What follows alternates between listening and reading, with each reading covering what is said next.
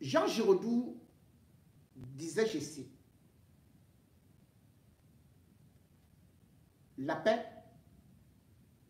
c'est entre deux guerres.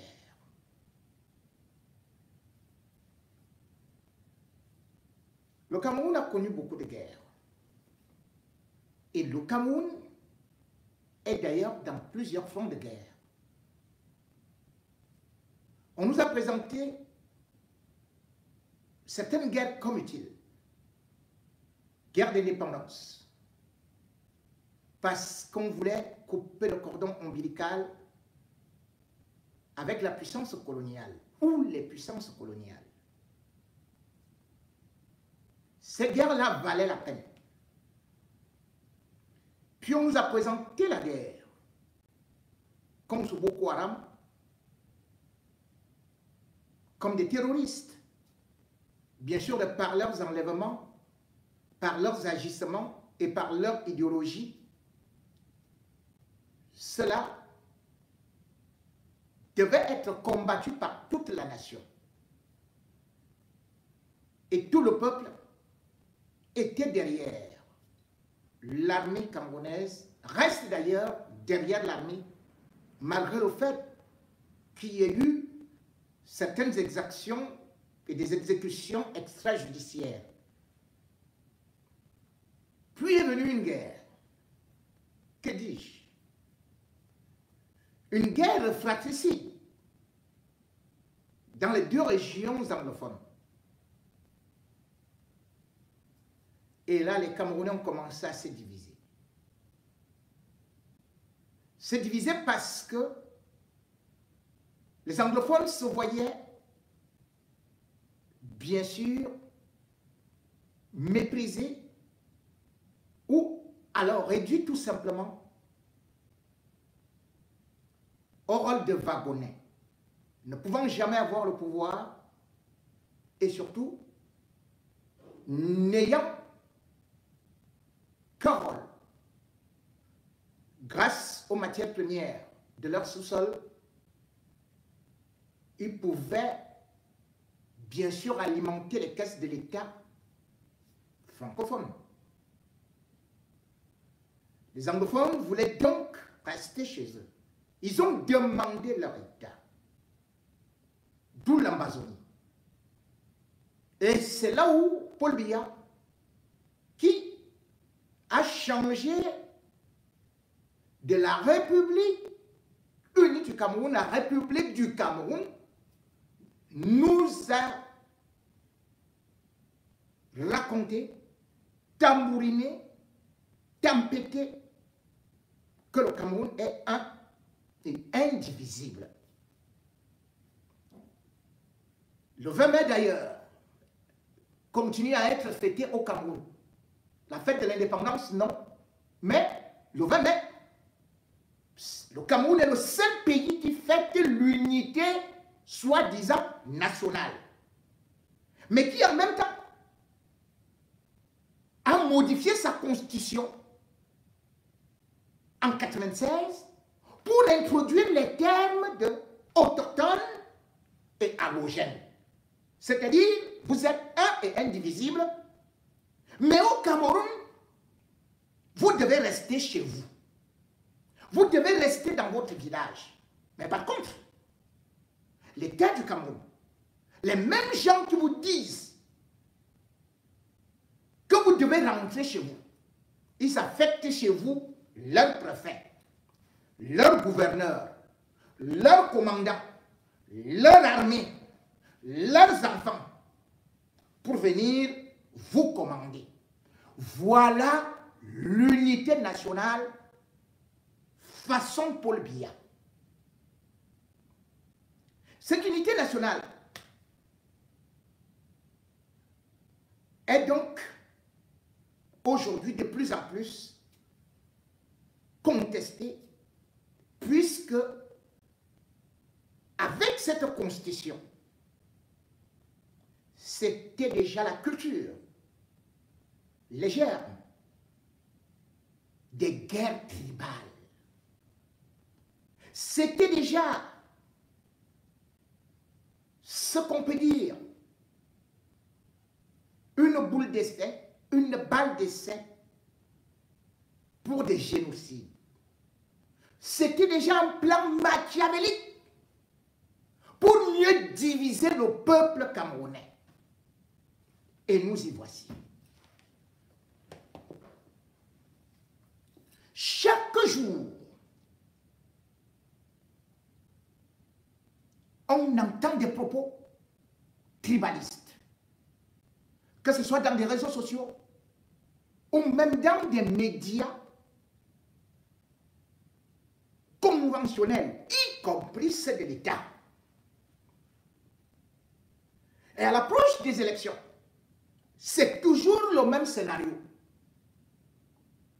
On envoie quelques individus guignolesques avec des yeux de cobra et des langues fourchues pour venir vous dire que telle tribu, telle ethnie doit être bannie. Telle ethnie ne doit jamais prendre le pouvoir. Telle tribu est dangereuse. Et par voie de conséquence, son leader, qui a un mauvais sang, ne devrait jamais venir au pouvoir. Ça pourrait s'arrêter là. Sauf que le même État passe le temps à vous dire qu'il prône le vivre ensemble. Paul Biya, chef de l'État du Cameroun, né dans la région du Sud, qui vous chante l'unité nationale, qui accuse les autres de tribalisme, c'est donc dans son village, dans sa région, que d'autres Camerounais, d'autres partis politiques sont interdits d'aller faire, ne serait-ce qu'un meeting. Mais pire, c'est que c'est au sud qu'on voit toujours des guerres où des autochtones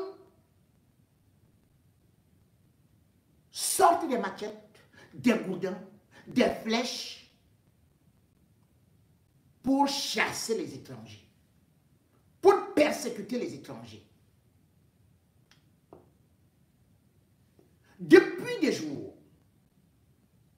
on entend des hurlements, des grincements de dents, des cris stridents et des propos ahurissants à Moyo, centre, dans la région du Sud, où pour le moindre prétexte, on va vous dire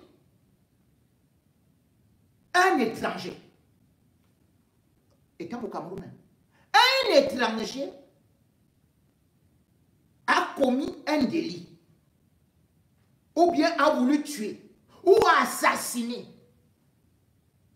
un autochtone. Et alors, on organise la battue. On organise la justice populaire. On organise la guerre. Et la sentence est toujours claire. Rentrez chez vous. Rentrez chez vous. Au moment où l'armée camerounaise est en train de squatter les régions anglophones. C'est donc les gens du village de la région de Paul Biya, à Moyo, centre. Moyo ou Moyok. Moyok étant la boisson. Parce que quand on les voit, parce que Atanganji est parti dire que les nordistes sont drogués. Mais c'est là, c'est le Bambalam, le Arki, le Dondol. Ils boivent, parce qu'ils n'ont rien à faire. Leur misère devient une affaire des autres ethnies étrangères, pourtant, qui ont été déstabilisées chez elles. Parce que si les anglophones qui sont aujourd'hui accusés à Moyo se retrouvent là-bas, c'est parce que dans leur village, on a incendié des maisons. On a créé un mal-vivre. On a incendié des écoles, des hôpitaux. L'armée tire partout, les Ambazoniens de même. Dans une guerre qui ne devrait jamais exister. Voilà donc la paix de Biya. Quand vous demandiez à un RDPciste, à un biaïste, qu'est-ce que Biya fait dans ce pays? Il ne va pas vous parler des réalisations, puisqu'il ne peut pas citer, puisqu'aujourd'hui, nous regardons.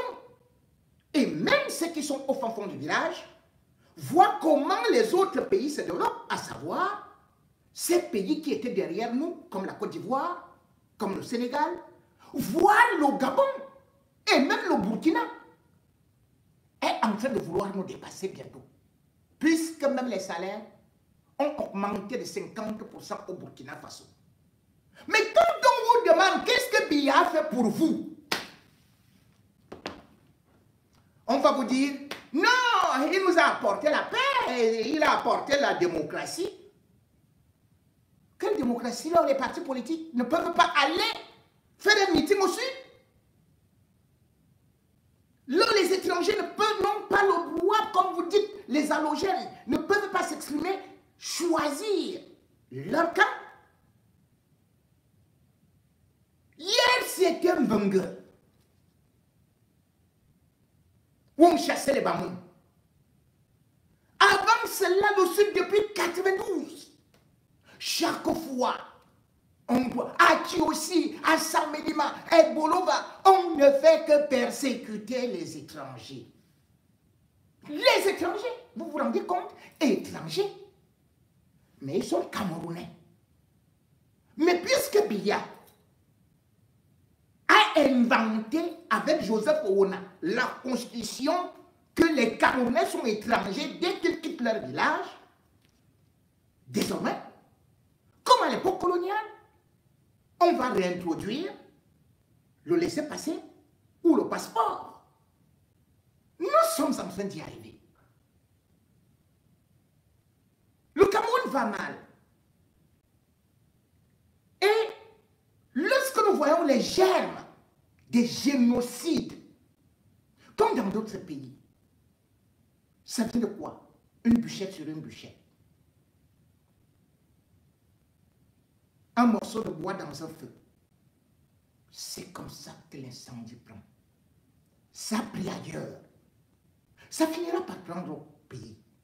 De toutes les façons. La manière qu'il y a actuellement une haine tribale au Cameroun, on finira par la guerre. On dit que le Cameroun est un pays de paix. Quelle paix? Qui est en paix? Quelque part. Les mêmes individus, même ici à l'étranger, qui font des directs pour dire oh, l'homme ceci et cela, l'homme l'autre et cela, il faut les tuer. Ils sont ici, en Europe. Ils achètent des appartements. Ils achètent des maisons. Mais ils ne se posent pas de questions que est-ce qu'ils sont chez eux. Mais vous me direz, ici c'est chez moi, ici c'est chez moi. Mais quand vous partez acheter le terrain chez lui, dites, oh, les étrangers, ils sont en train de venir nous envahir. Mais ici, en Europe, en Asie, ils sont les premiers à dire que non, non, non, vraiment, il y a le tribalisme, il y a le racisme. Ils se vantent ici. Quand tu dis, bon, j'ai acheté un pavillon au 74, au 78, à Paris au 75, est-ce que c'est le chez toi? Puisque tu demandes qu'on tue les gens qui sont partis de l'Ouest, ou bien ceux qui sont partis du littoral, ou d'autres qui sont partis de tel ou tel endroit. Mais toi, tu trouves que tu as les droits à Paris. Tu trouves que tu as les droits à Berlin. Tu trouves que tu as des droits à New York. Tu trouves que tu as des droits à Madrid, Amsterdam. Puisque les Camerounais sont éparpillés partout. Mais chez toi, non. On applaudit. Quand on casse, les images sont horrifiantes. Vous vous rendez compte à Meillon. Les machettes sont sorties comme au Rwanda. Selon le premier bilan, on évoque même soit un mort, soit deux. Je ne voudrais pas m'y lancer parce que je n'ai pas encore eu tous les chiffres et parce que c'est encore chaud. Mais c'est une honte. C'est la région de Paul Biya. Qu'est-ce que Paul Biya donc fait au Cameroun? Quel est donc l'héritage de Paul Biya? Rien. Il a fait que nous nous détestions. Les Camerounais, c'est uniquement le poison.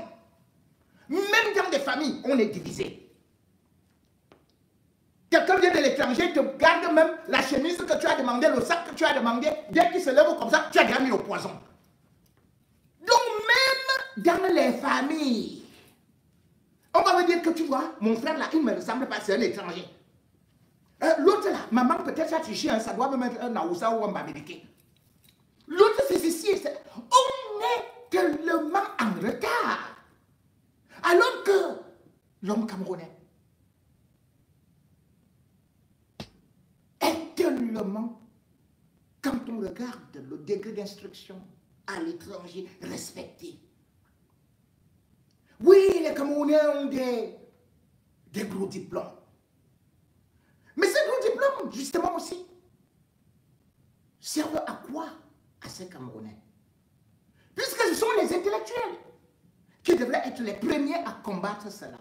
Mais le problème, c'est que le régime Biya a plongé les intellectuels camerounais dans la totale misère. Et alors, pour que celui-là ait quelque chose à manger, il faut qu'il chante les louanges de Paul Biya. Il sait, il est conscient que son malheur vient de Paul Biya. Il sait que son peuple, son village, sont dans la misère, non pas de route, d'eau, d'électricité, à cause de Paul Biya. Mais il va quand même aller à la télé tous les dimanches, avec un vieux costume. Il va tout simplement mettre le vieux parfum joli soir. Pour même le passer, il n'y a pas. Il prend le fer à charbon, il fait ça fou, fou, fou. Quand il passe à côté de toi, tu sens comment le charbon est en train de sentir. Sur lui, les chaussettes sont trouées. Quand il s'assoit à la télé, il ferme seulement les cuisses comme ça parce que ici, c'est déjà cassé, c'est déjà rongé. Mais quand il arrive à la télé, nous recevons le docteur 8e grade. L'autre dit non, non, non, non, non, ne m'appelez pas docteur comme ça. Et d'ailleurs, mon ami, comment là, mon ami a dit quoi? Joe Walters, la dernière fois, il a dit quoi? Moi, ce bac plus 18. Bac plus 18, ouais. Vous ne connaissez même pas la qualité d'école là. Bac plus 18. Mais le problème, c'est quoi? C'est qu'aujourd'hui, mon petit frère, Joe Walters, et les docteurs camerounais sont couchés par terre au ministère de l'enseignement supérieur avec des doctorats. Les doctorats au Cameroun, on utilise ça pour emballer les beignets. Ils sont en train de pleurer. Pardon, Femme Dongo, qu'est-ce qu'on t'a fait? Je vais dormir quoi? Parce qu'ils veulent se faire recruter à la fonction publique. Même pas la fonction publique. Pour aller donner quelques cours dans des universités. Le chômage va tuer ces gens-là. On a recruté 150. Et c'est là où les mêmes qui, dans les chaînes de télé, quand ils sont invités, ils font la talakou à Biya. Que oui, il faut toujours lui donner un autre mandat. Ce n'est que lui qui est intelligent. Et de toutes les façons, si les opposants viennent au pouvoir, il y aura la guerre dans ce pays. Alors qu'ils sont en guerre. Hein. Il y aura la guerre dans ce pays. Dans un pays où il y a la guerre, ils disent il y aura la guerre dans ce pays. Voilà nos intellectuels. Eux tous veulent faire comme Éric Martial au Nangini.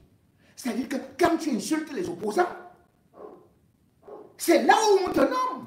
C'est là où on te recrute. Sauf que ils ont tellement insulté jusqu'à ce que mon petit frère, Joe Walters, a même écrit un livre pour Paul Biya. Vous avez entendu son interview, comment il plairait. Qu'après tout ce que j'ai fait, finalement, ils ont seulement pris les gens de leur village. Yes! Cela, ils ont donc compris. Et eux-mêmes, ils ont dit, tribalisme, favoritisme, népotisme. Les voilà couchés par terre. Vous avez vu ça dans quel pays? Même les médecins au Cameroun, ils sortent des écoles, alors que nos hôpitaux n'ont même pas de personnel. Mais les médecins, après autant d'années d'études, sont dans des quartiers. On m'a envoyé des images d'une femme qui habitait une maison abandonnée par quelqu'un, au milieu des serpents et des herbes, sans fenêtre ni porte, dormant par terre. Et elle a un doctorat depuis 7 ans au Cameroun. Au Cameroun.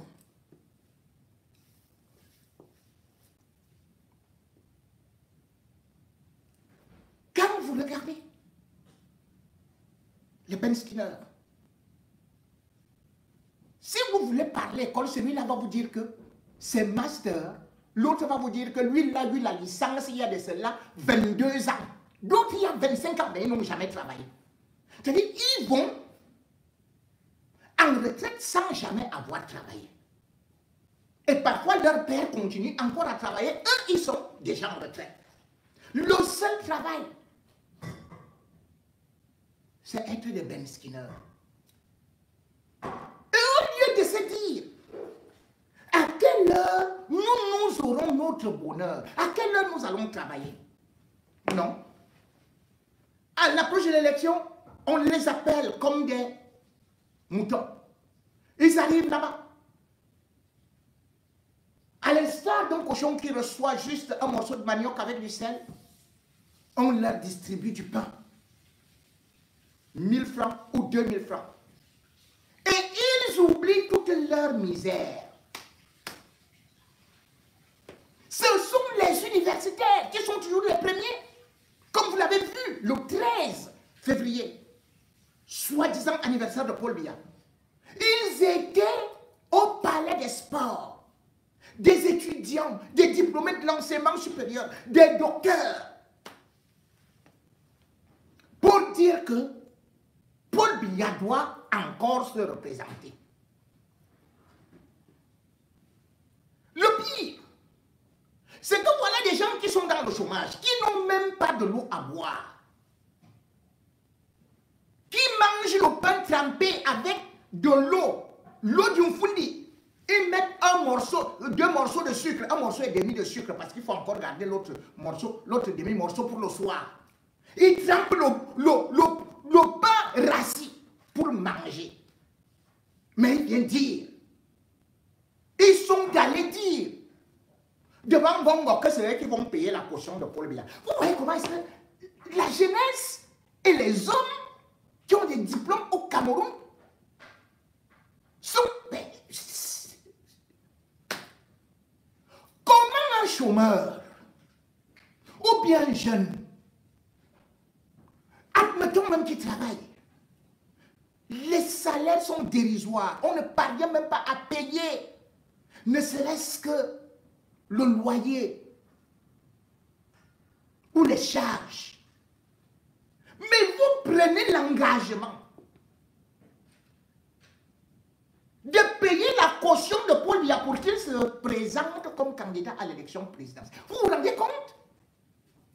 Le fils de Paul Biya, c'est Franck Biya. Il est milliardaire. Il ne paie pas la caution de Paul Biya. Brenda Biya est milliardaire. Puisqu'elle a des entreprises. On a vu comment ça s'inaugurait, non? Avec des champagnes. Le neveu de Paul Biya est à la BEAC, dirige les banques et fait ceci et cela. L'autre à l'opéra. Tous les amis de Paul, toute la famille de Paul Biya, tous sont des milliardaires. L'épouse de Paul Biya, Chantal Biya, est milliardaire. Mais vous, les chômeurs du Cameroun, vous partez dans un stade, vous partez au palais des sports, et vous dites que vous allez payer la caution de Paul Biya. Un type qui est multimilliardaire et dont vous ne connaissez même pas le salaire. Vous vous aimez. Et après ça, vous venez derrière. Vous nous appelez en Europe. Grand, est-ce que tu peux m'envoyer même 10 000 là, ou un 5 000 là? Je dis, c'est chaud ici au pays. Hein. Depuis là même, il n'y a pas l'électricité, donc même machin. Oh, grand, je voulais même regarder ton direct. Mais où sont même les unités? Envoie même moi un petit truc là, non? Pour regarder ton direct. Oh, grand, est-ce que tu sais que ma fille, vraiment, sa mère est même partie, comme moi, je n'ai rien là. Et on est venu couper l'électricité. Est-ce que tu peux seulement m'envoyer aussi un petit truc? Tu envoies la semaine qui suit d'autres problèmes. Oh, grand, je suis déjà malade, je suis couché. Mais les mêmes qui m'ont dit de l'argent, je les ai reconnus. Je les ai reconnus au palais des sports. Et disent qu'ils vont payer la caution 30 millions à Paul Biya, qu'ils vont même financer sa campagne. C'est quelle sorcellerie ça?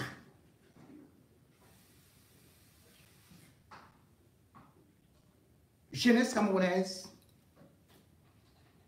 jeunesse inconsciente, jeunesse qui fait pleurer, jeunesse qui a un avenir en pointillé, jeunesse qui ne connaît jamais prendre ses responsabilités. Voici les jeunes chômeurs qui veulent garder Paul Biya pour leur malheur, pour leur détresse et pour leur malheur ad vitam aeternam. Les choses sérieuses commencent. Voilà. Monsieur le ministre d'État, secrétaire général de la présidence de la République, le représentant personnel de son Excellence Paul Biya, à ce cérémonie. Nous avons dit, lors de notre premier passage, que nous affichions un militantisme clairement assumé. Nous affichons un engagement clairement assumé. Avec la chemise de mon colo. C'est vraiment le porte-voix de l'ensemble de la jeunesse camerounaise. Ensemble de la jeunesse camerounaise. Dans ce magnifique palais des sports de Yaoundé.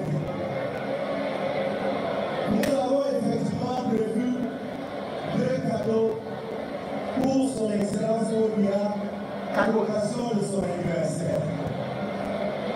Le premier cadeau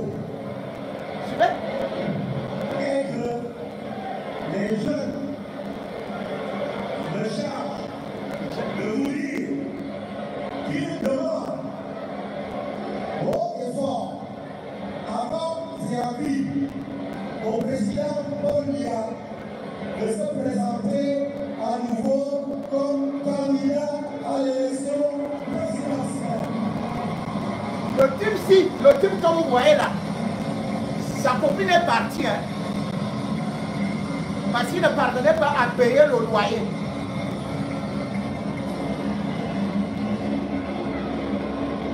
Monsieur le ministre d'État, secrétaire général de la présidence de la République, nous et moi, nous sommes des messagers.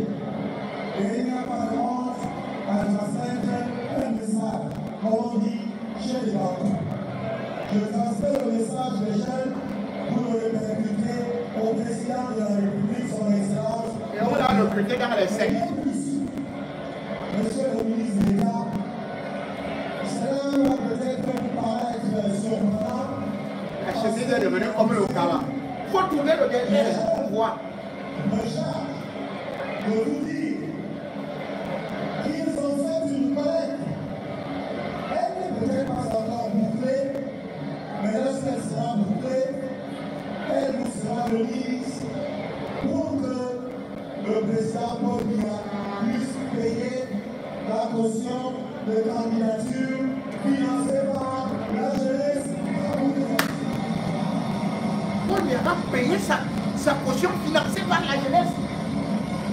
Pas le type qui porte la robe avec le gros pantalon et les choses en bas de... Bon. Voilà Momo. Voilà le jeune Momo.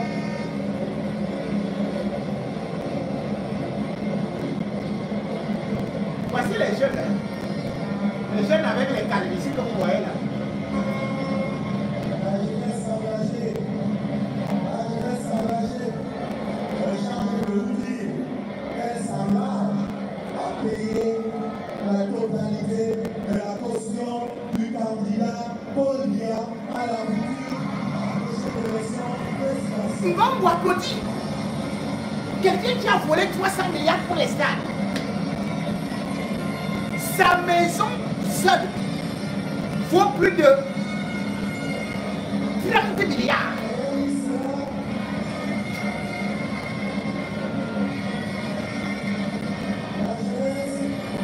Je dis même sa maison, ses maisons.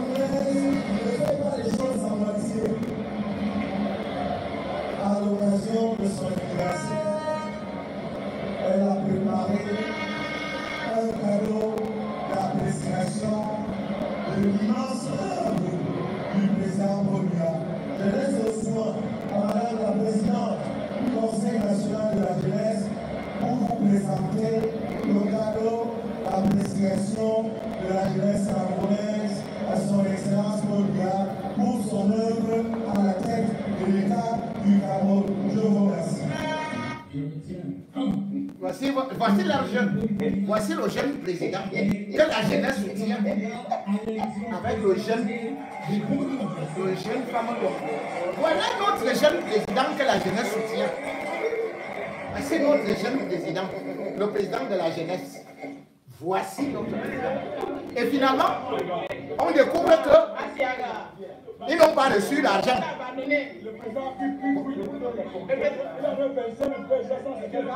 25 000 francs pour tout ce monde-là.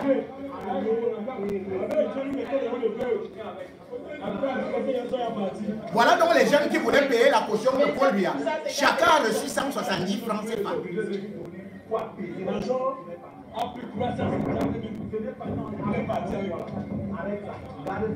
Et quand un jeune comprend... Écoutez ce que les vrais jeunes disent. Du moment présent. Ça, ce n'est pas les jeunes du Cameroun. Suivez Quand les on dit jeunes. que vous êtes les cadres de demain, dites-leur ce nom, vous êtes les cadres de... Quand on dit que vous êtes les leaders de demain, il n'y a pas une terminologie que je déteste entendre que ce truc-là. Non, c'est les leaders de demain. Demain, c'est quel jour? Voilà. Écoutez les vrais jeunes. Samedi, demain, ce sera quel jour? Ça. Ils ont ça. Dimanche. Quand on sera dimanche, demain, ce sera quel jour? Exactement. Demain, ça veut dire après et encore et après. Vous n'y arriverez jamais tant que vous pensez que c'est demain que vous devez y arriver. Mais quand vous vous mettez dans la tête que c'est aujourd'hui, c'est maintenant, ce grand informaticien, je veux l'être aujourd'hui, pas demain. Ce grand leader, il faut que je le sois aujourd'hui, pas demain. Ce grand entrepreneur, il faut que je le sois aujourd'hui, pas demain. Cessez de miser sur demain, parce qu'il y a 7 jours dans la semaine et il n'y en a pas un qui s'appelle demain. Les 7 jours de la semaine, vous les connaissez. Il y en a un qui s'appelle demain. Il y a 12 mois dans l'année, lequel s'appelle demain. Oui, c'est ça. Oh, on Vous a. avez déjà vu une date qui se termine par demain. Ils disaient aux jeunes, attendez Demain votre tour demain. Ne laissez rien à demain que vous pouvez faire aujourd'hui. Et l'idée, c'est d'atteindre le progrès et non la perfection. Concentrez-vous sur progresser. Éloignez-vous de cette quête de la perfection. Et surtout, soyez concentrés sur une chose. Sur une chose. Sachez que nous restons intemporels parce que nous ne nous laissons pas prendre dans le piège de la répétition. Vous connaissez la répétition? Je me souviens d'une discussion avec ma grand-mère où elle disait n'est-ce pas? Vous avez souvent entendu ça. Soyons comme Sundiata, soyons comme Babemba, soyons comme ça, comme ça. Si je demande tout de suite dans cette salle qu'après Sundiata, qui était le roi du Mandé, l'empereur du Mandé, après Sundiata, combien de personnes connaissent son nom? Exactement. Vous savez pourquoi on se souvient de Sundiata? Parce que son père était au roi de Niani et qu'il a refusé d'être au roi de Niani pour devenir empereur du Mandé. Kampou Moussa, c'est le 10e empereur. On se souvient de lui parce qu'il a fait quelque chose que les autres empereurs n'ont pas fait. Et qu'est-ce que Biya a fait? C'est Aboubakar II. On se souvient de lui parce qu'il a fait quelque chose que les autres n'ont pas fait. Et entre ces deux extrêmes, il y a beaucoup d'empereurs qui sont passés à l'oubli, dont on ne se souvient plus. Entre Bidon et Boulot, il y a 5 empereurs, 5 rois. Vous connaissez leur nom? Ils sont passés à l'oubli parce qu'ils étaient dans la répétition. Seuls ceux qui ont osé marcher sur des lignes qui n'avaient pas encore été tracées sont restés dans l'histoire. Donc si vous répétez, vous êtes dans la lâcheté. Si vous exécutez, vous êtes dans le progrès. Et si vous accomplissez, vous êtes dans l'histoire. Et c'est ces notions qu'un jeune doit nourrir. Et quand vous les nourrissez, croyez-moi, ça fait une différence. Ça fait que vous serez dans votre vingtaine et que vous pouvez vous positionner nationalement. Ce n'est pas impossible. Est-ce que vous On l'a écoutez? fait, on l'a prouvé et les gens l'ont vu. Faites-le. Vous en êtes capable. Quand on dit que cette génération, non, ceci, cela, vous qui êtes là, vous avez créé des applications. Vous avez développé des programmes. Vous avez créé des sites web. Ceux que vous enviez à votre âge, s'ils avaient fait la même chose, vous n'aurez pas eu l'opportunité de le faire. Souvenez-vous que vous êtes la génération la plus instruite et la plus efficace de Maliens. Et que la seule génération qui devra vous vaincre, c'est celle qui vous suivra. Et que ce n'est pas à vous de vaincre celle qui vous a précédé, car son rôle, c'est de faire de vous celle qui réussit. En ces mots, je me retire de la parole. Partager, c'est très important. Ce n'est même pas clair. Il faut que vous fassiez l'ensemble du cerveau pour bien voir. Ce que je suis en train de voir dans votre avenir, ce n'est pas clair. Je croyais que c'est notre part d'avenir qui avait été hypothéqué. Mais j'ai comme l'impression que les gens là, ils ont hypothéqué moi, au moins 14 générations au Cameroun. J'étais au téléphone avec mon congénère, je te dis l'autre jour. Je lui ai expliqué au téléphone que tu as fait si tu vois que. Est-ce que ce n'est pas mieux que tu demandes aux autres lucifériens là de laisser les enfants si se développer, s'épanouir dans leur pays? Mon type m'a dit que c'est même à l'âge ici que le pouvoir est sucré, qu'il ne peut pas laisser. Que si on n'arrache pas seulement la force, il ne donne pas. J'ai appelé mon autre congénère. C'est l'un de mes bons petits à l'époque on partait encore à la mission catholique en 1936. Celui de l'Assemblée là. Je lui ai dit que te voilà, même tu parles au ralenti. Le timbre vocal est cassé. Tu ne laisses pas la faire si vous attendez 2025. Vous voulez que les enfants, si bien seulement que vous manquez le respect à vos chassants. Si les enfants s'ils prennent la fête, ça va la force. Ils vont vous exiler. J'aurais appris que les enfants, si ils ont dit que c'est en 2025, ils réussissent à prendre votre machin là, sans que vous-même vous ne les donnez. Ils vont tous vous exiler Kabananga. Vous allez partir habiter tous Kabansa. Mon ami de l'Assemblée m'a répondu au moins pendant 4 heures. Vous savez qu'il fallait faire lentement et posément. Il faut avoir le courage. Il faut surtout avoir la patience pour l'écouter. Il m'a dit, mon cher ami, donne papi chulo.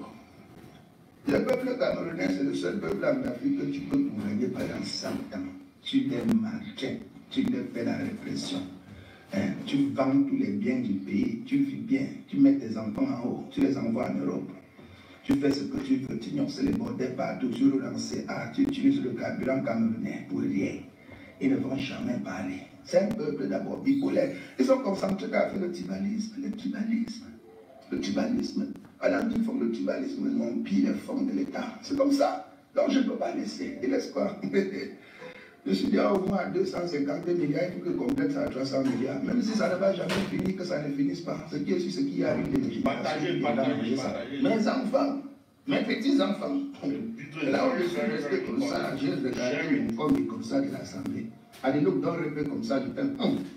Donc, Papi Cholo, tu vas tout voir dans le pays ici.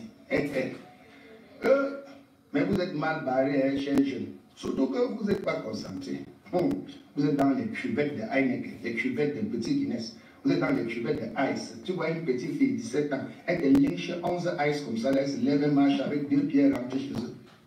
Sans donner même le petit coup de marteau à celui qui a payé les factures. Elle marche sur ses 2 pieds, sans tituber. 17 ans, 11 petits Guinness. Pas ça. Oui. Vous n'allez pas vous en sortir, ce qui est sûr. Votre avenir n'est même pas hypothéqué. C'est votre existence et même votre subsistance qui a été hypothéquée. C'est-à-dire que c'est votre esprit qui est engagé en ce moment. On a possédé votre âme. C'est-à-dire que vous êtes démêlé de toute substance. Toute substance, même congénitale et existentielle. On go fou. J'appelle mon petit de parenté, il dit que tu as mangé tout l'argent du bois dans le pays ici. Tu ne peux pas laisser. Je vois les vidéos de toi que tu marches seulement comme le robot. Donc, même la fête, si tu ne veux pas laisser. Il m'a dit que la loyauté, la loyauté. Tu sais que c'est le grand maître qui m'a tout donné. Quand il dit que je suis toujours là, je serai toujours là. Je veux que mourir que là. D'abord même, mon âme ne m'appartient plus. Ça lui appartient. Mes enfants, mes petits-enfants, je me suis exclamé comme mon petit-fils Mouton fait souvent là.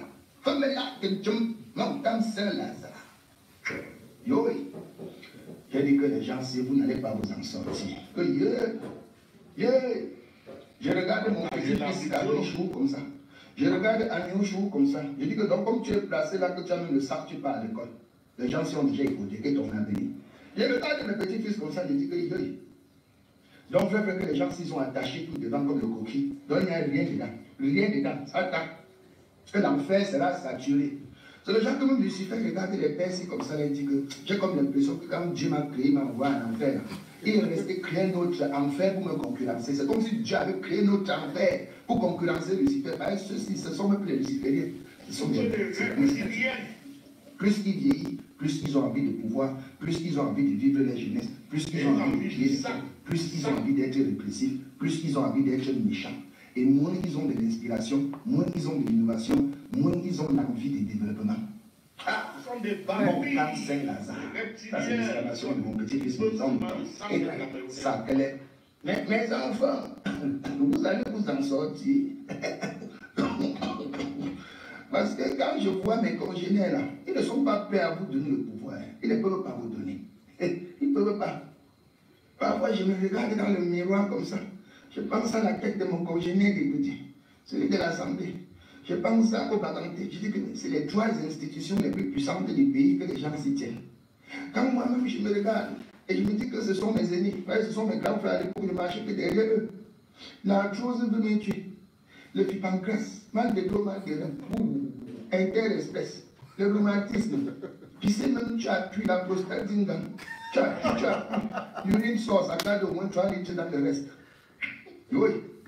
Parfois même ma Marie, elle écarte comme ça que voici le consommant. Entre. Dès que tu arrives à l'entrée, papier tombé. Je l'ai regardé comme ça, les gens. En 2025, vous voulez encore changer le pays, c'est dans les enfants. Ya, l'enfer sera saturé. Ya, maintenant, pour revenir à vous, cette jeunesse, comme on appelle le fer des lances de la nation jadis à l'époque, qu'aujourd'hui, moi j'appelle la malchance et il faut le carambani, même la vraie sorcellerie même du pays, c'est vous. Faire des lances de quoi? Vous allez lancer quoi? Que vous avez pris la force ou vous lancez quoi que ce soit. La seule chose que vous êtes capable de lancer, que tout le monde connaît, c'est de verser dans l'invective.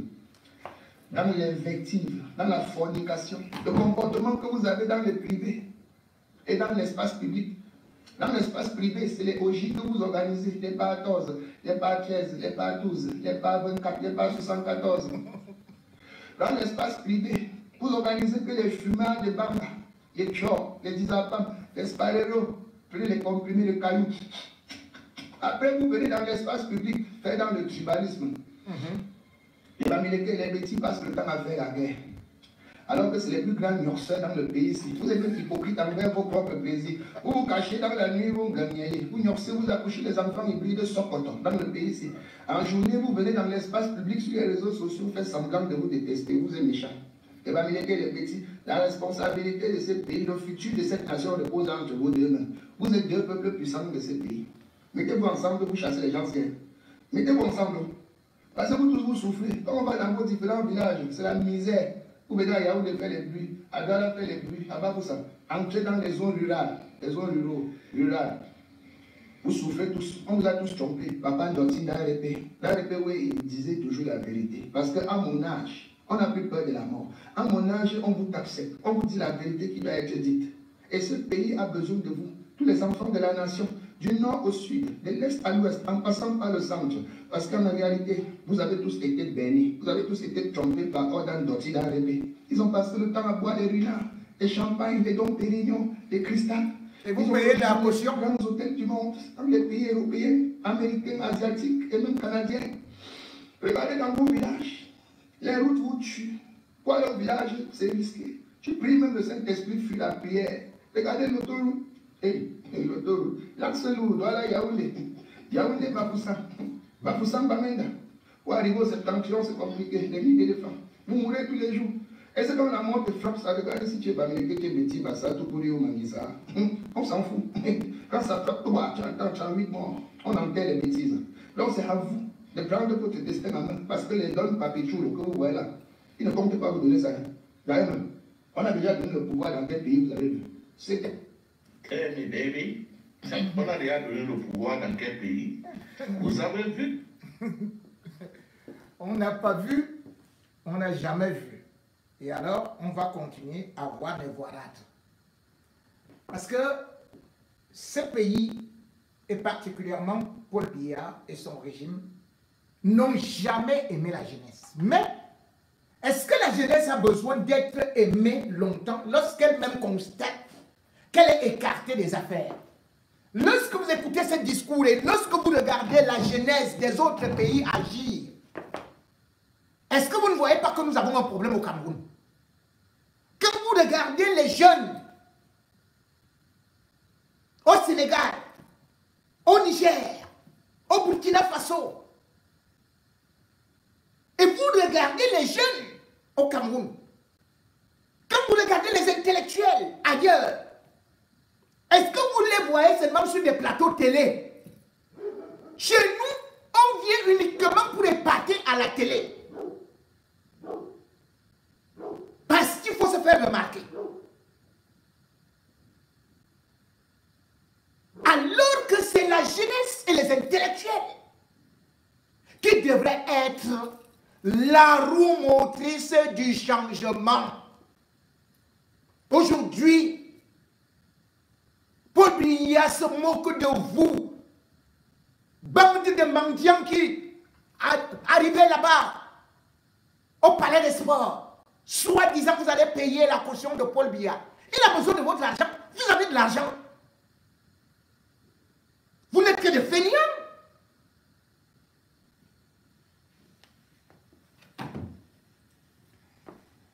Et de toutes les façons, c'est votre avenir qui sera néant. Parce que, on dit souvent chez nous, l'homme ne fait pas l'homme, l'homme fait lui-même.